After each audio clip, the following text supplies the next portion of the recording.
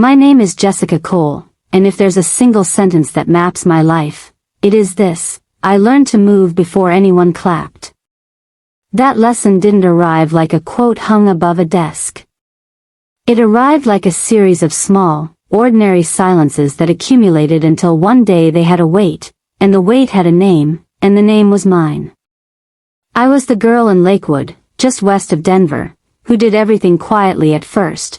Quiet drawings on butcher paper in the elementary art room, quiet poems that never found the fridge, quiet videos edited on a school computer that wheezed like it was hauling a piano up the stairs. My brother Nathan was sunlight.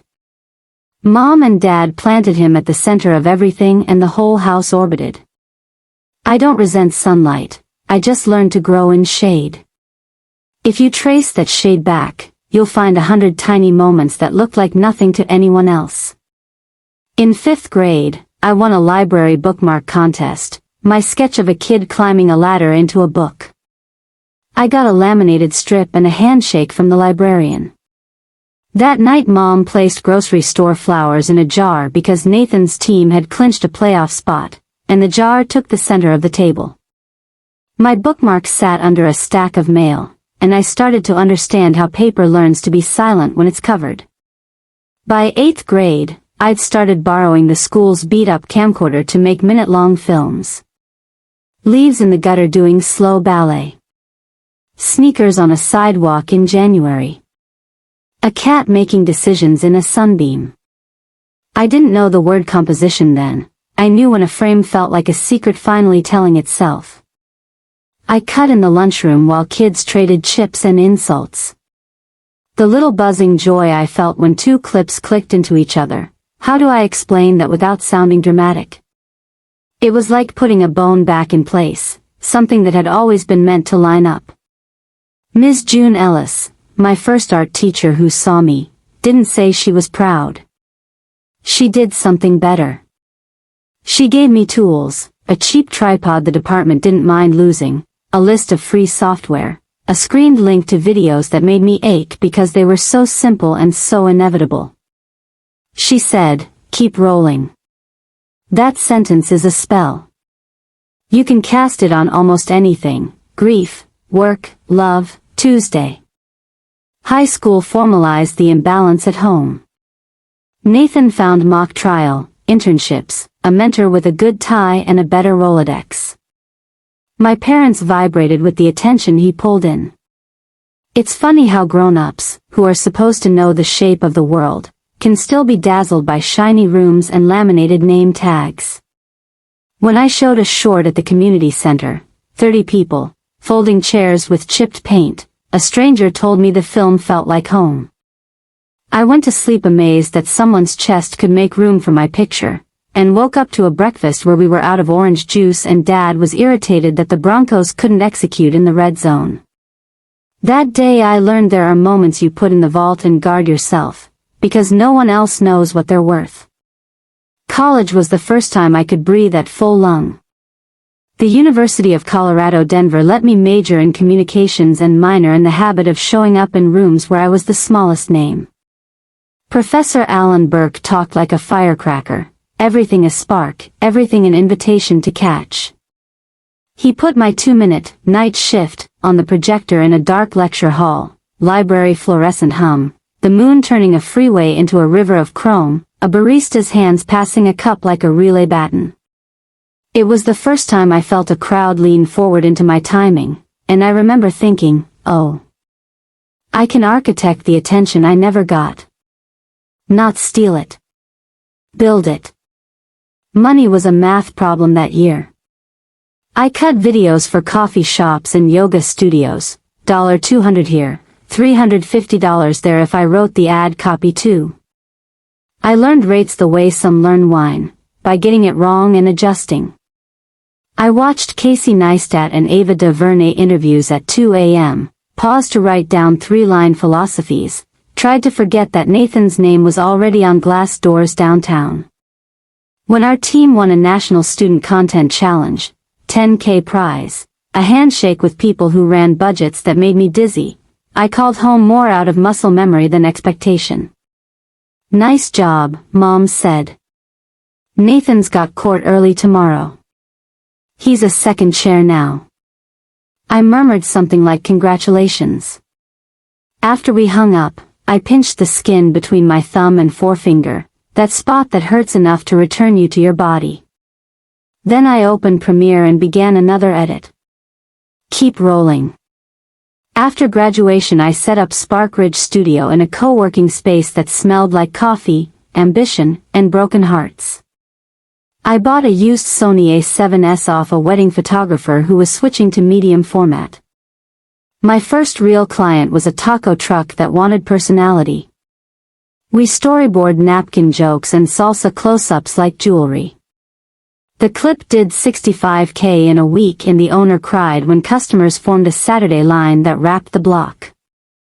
I learned then that a view isn't a metric, it's a door, and doors let money and meaning through if you point them right. Hiring my first employee, Noah, felt like jumping and finding a stair. He was a colorist who lived for skin tones and sunlight. Second was Priya, an editor who could fold a story until it became inevitable. We said yes to too much that first year: church picnic flyers, product demos for inventions that should never have left the garage, a politician who wanted his eyebrows to look less worried. We turned down the politician, learned to price pain into our proposals, and started chasing projects that made us feel like we were standing where we were supposed to be. The deal that changed everything began as a panel at a small tech conference in Boulder. I presented a case study on microstories, 15 seconds that still tell the truth. After, a woman in a navy blazer with a gentleness that didn't fit the room handed me a card. Sylvia Grant didn't hype. She listened, asked 2 surgical questions about cost per acquisition curves, and said, "Come by Tuesday."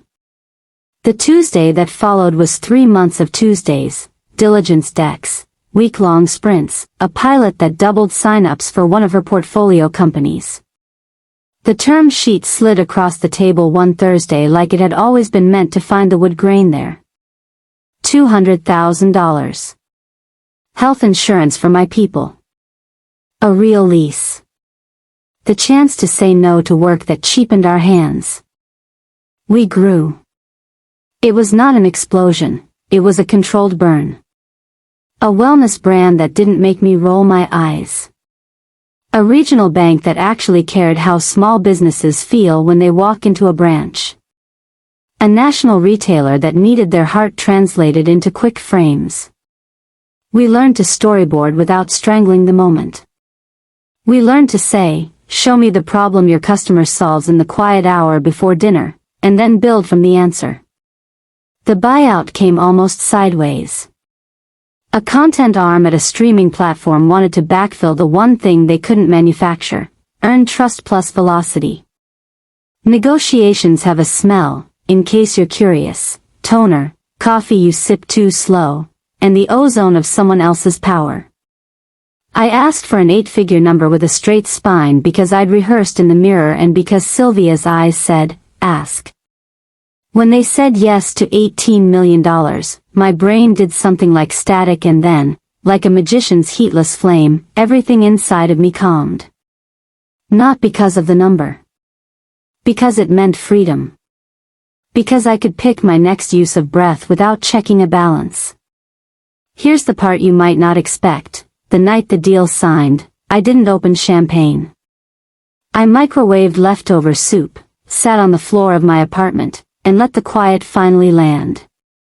I texted Evan. We'd met at a coffee bar where I edited between meetings. He slid a napkin over that said your waveform looks like a skyline, and I decided to take that as a good omen. He wasn't a speech. He was a presence. He had forearms that told the truth about the work he did, and a patience that made me feel like a person instead of a project. He came over with 2 cupcakes, set them down like we were practicing gratitude. "What do you want to do first?" he asked, a question that landed like a meadow. I thought of 100 things: paying off loans, helping Noah get his mom's roof fixed, giving Priya a bonus that made her laugh cry. Then I thought of one thing that was just mine and too shiny and impractical to justify any other time. A car that hums, I said. One that sounds like the future isn't angry. We picked her up on a Saturday. Midnight blue. Seats that remembered how you like to feel.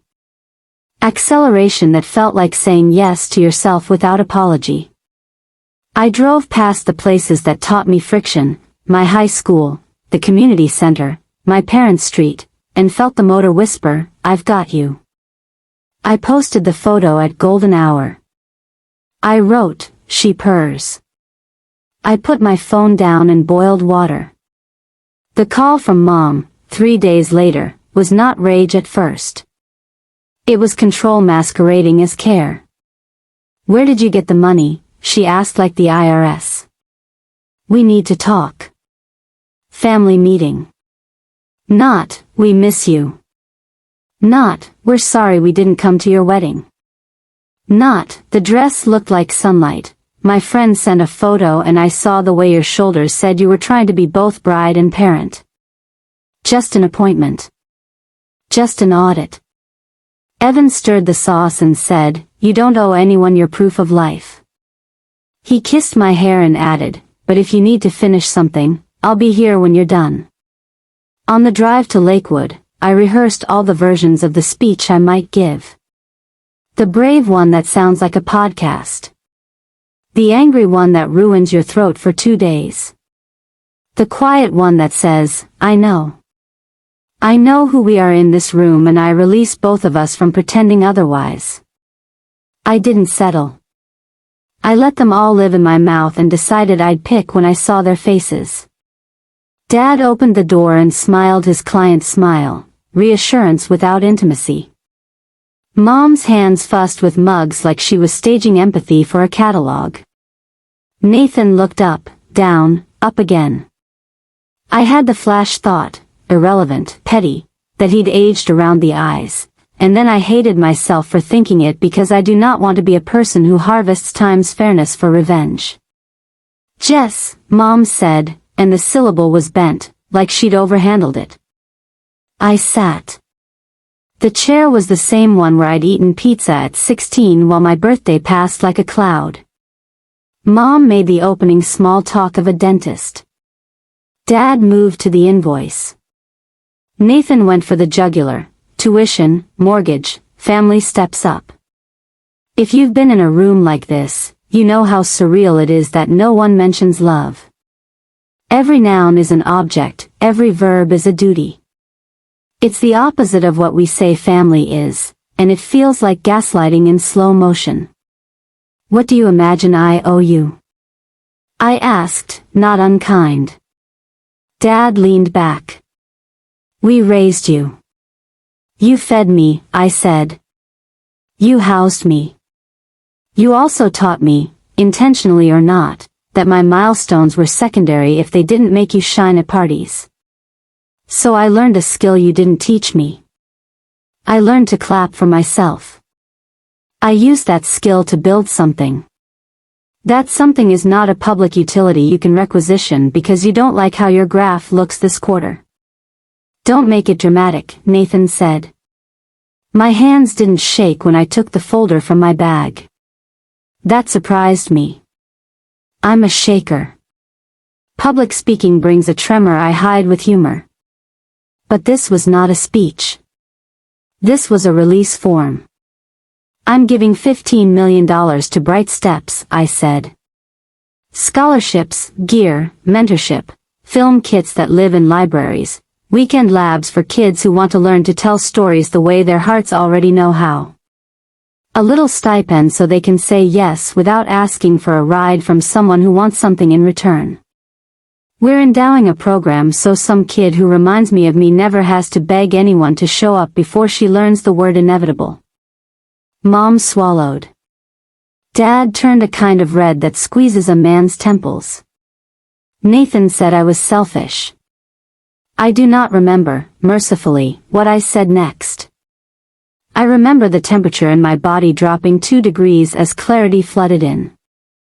I remember standing. I remember the chair grinding the floor like a train pulling out. I remember my mother's voice thinning into apology and my own voice, calm as a lake, saying, "You knew. You just liked the version of me that didn't cost you anything." When the front door clicked behind me, the air felt like the exact weight of the world. Not heavier. Not lighter. Just true. People like to write montages for this part: brave music, productive mornings, the protagonist glowing with righteous purpose. That's not what happens. What happens is grief visits in bureaucratic increments. You block a number and your thumb hovers before it commits. You delete a thread and sit very still as if grief were a deer you don't want to startle. You wake at 3:11 and list the groceries your mother used to buy and cry because generational pain is weirdly brand specific. But then Wednesday arrives and a girl named Maya, 15, hoodie, eyes like a question mark, walks into a Bright Steps workshop and picks up a camera like it's a mirror that tells the truth. She films 3 seconds that feel like an argument you've been having with yourself for years suddenly resolving. She cuts her first sequence, Grandma's hands resting, a stove light, steam rising, and she sees it. There's a sound people make when they watch their inside world line up with the outside. It's part gasp, part laugh. It's the sound of a person becoming. Teaching became a place to put the love I'd been saving. I learned how to explain L-cuts and J-cuts without making the room feel like homework. I learned where to put the Kleenex when a story hits a seam that rips.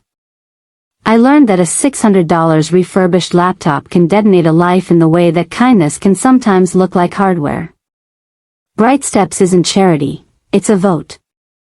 We're betting on kids I would have bet my life on at 15 if anyone had asked me what I knew. The world noticed the donation because the world loves numbers with zeros. The interview request stressed me. I said yes to the local paper because the reporter cried during pre-interview and I respect a public crier. I said no to the mean-spirited podcast because I'm done explaining love to people who monetize cynicism.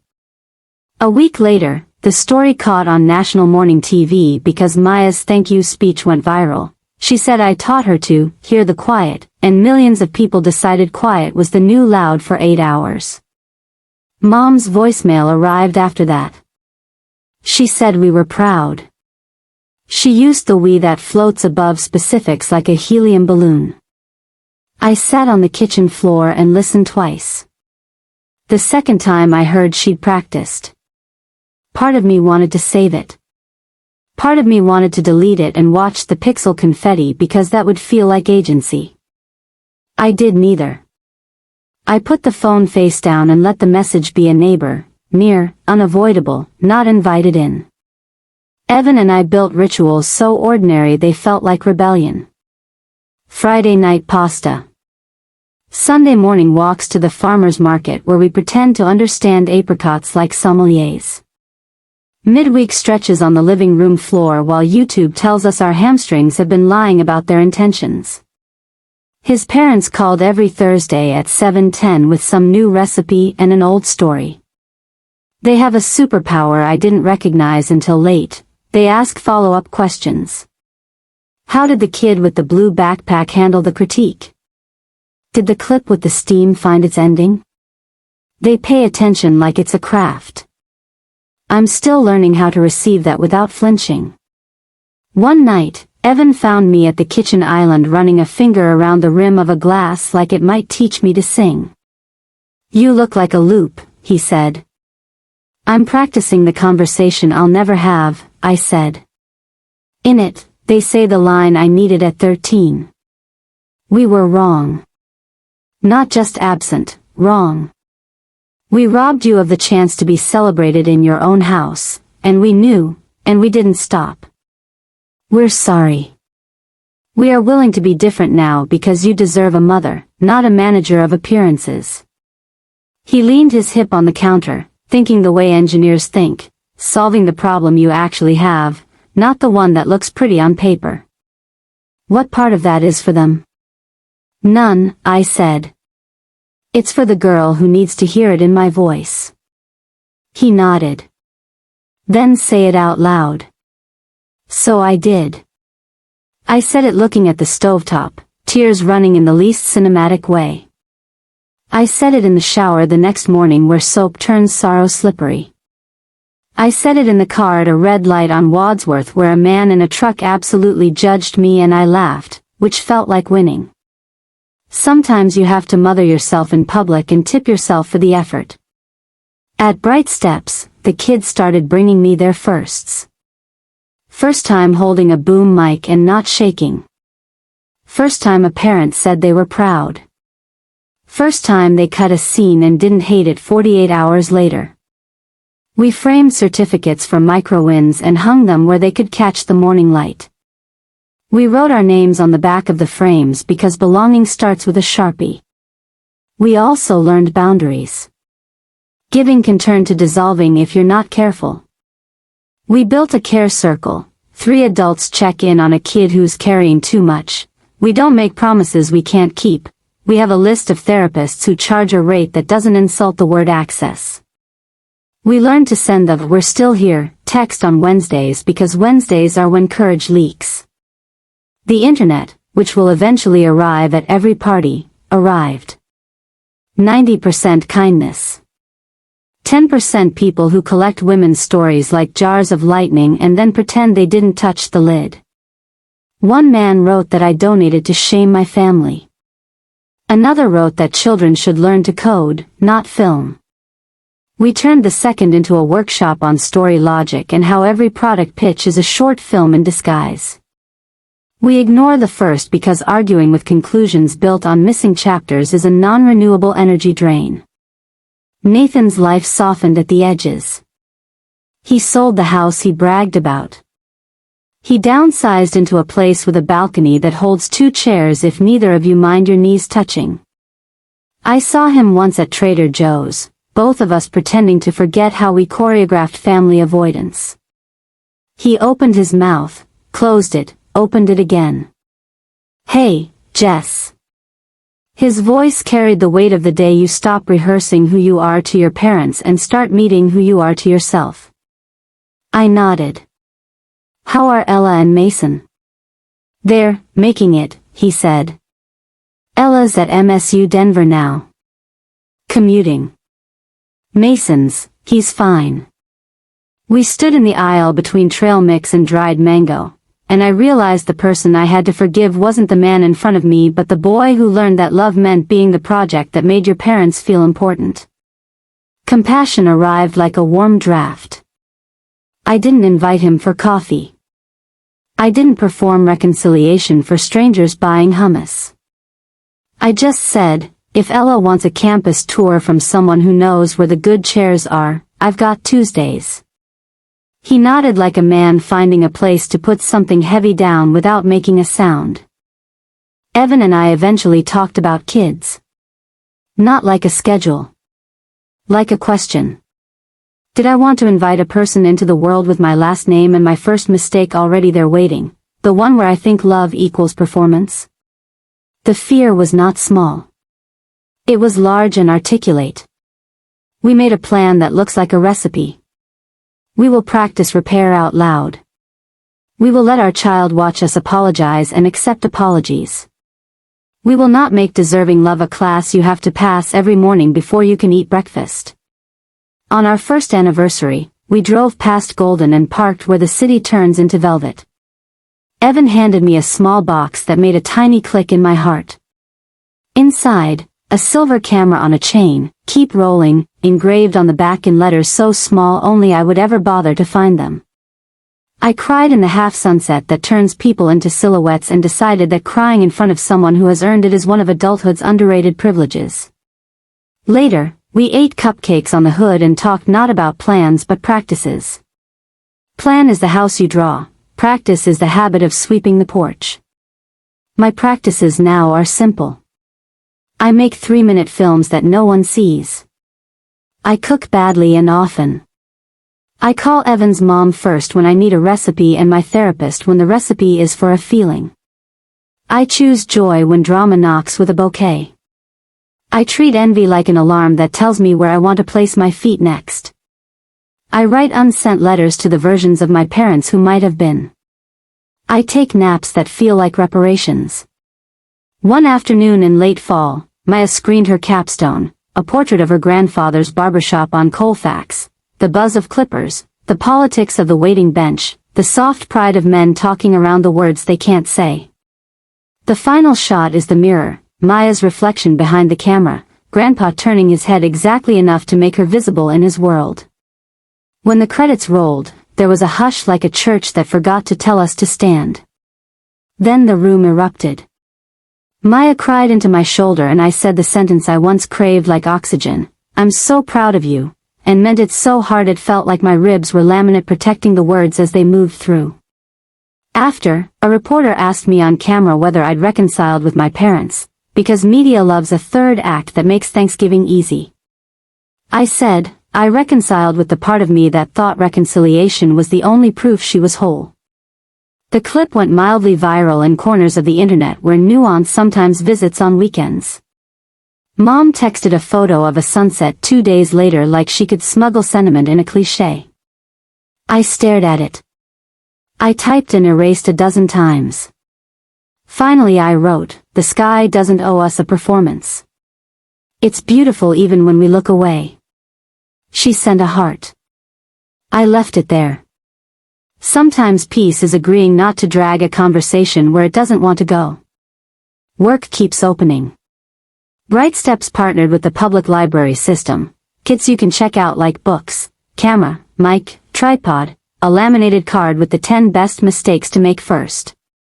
We added a Saturday morning slot for parents because if you want a child to be brave, sometimes you have to invite the adult who forgot how. Watching a 42-year-old dad learn to white balance while his kid rolls their eyes with pride is my new favorite sitcom. We built a scholarship row at a local arts high school, seats named for girls who once sat at empty rows and learned to clap for themselves. The first night, I stood in the back as the dancers stretched and the jazz band warmed and the projectionist cursed the HDMI handshake. The usher asked if I wanted to sit. I shook my head. "Not yet," I said. Some of us like the view from where we used to stand. I still think about revenge, but it's changed shape. It's no longer a fire I stoke to stay warm alone. It's a light, and the thing about light is it doesn't choose favorites. It spills. It lands on faces I love and faces I'm not ready to forgive and faces I'll never know the name of.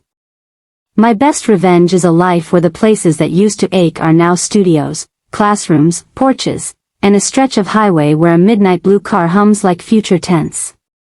Sometimes I pass my parents' street and the muscle memory of turning left flinches.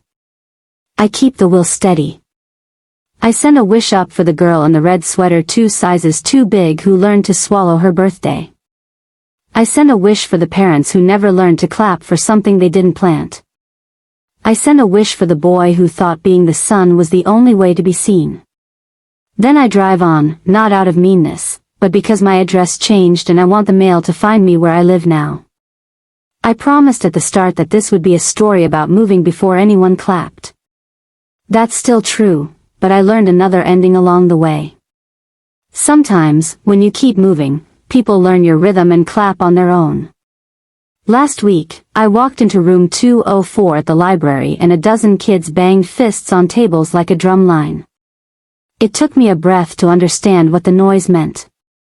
They were doing a bit, mimicking the way I knock twice on the table before we critique, gentle, rhythmic, a reminder that feedback is a gift.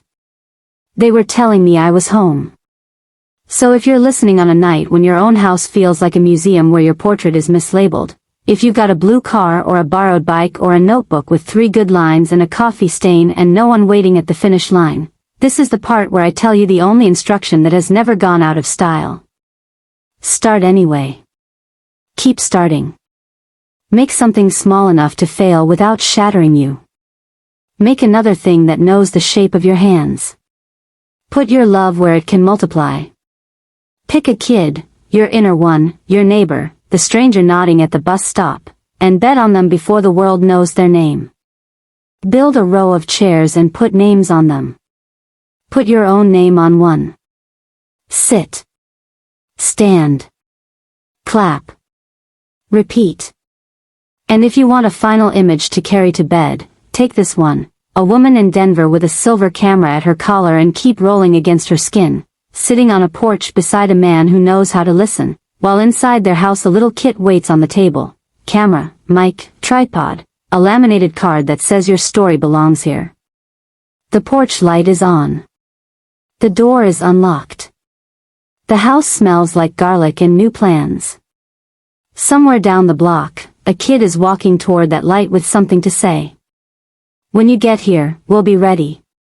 If this story resonated with you, even a little, tell me where it found you.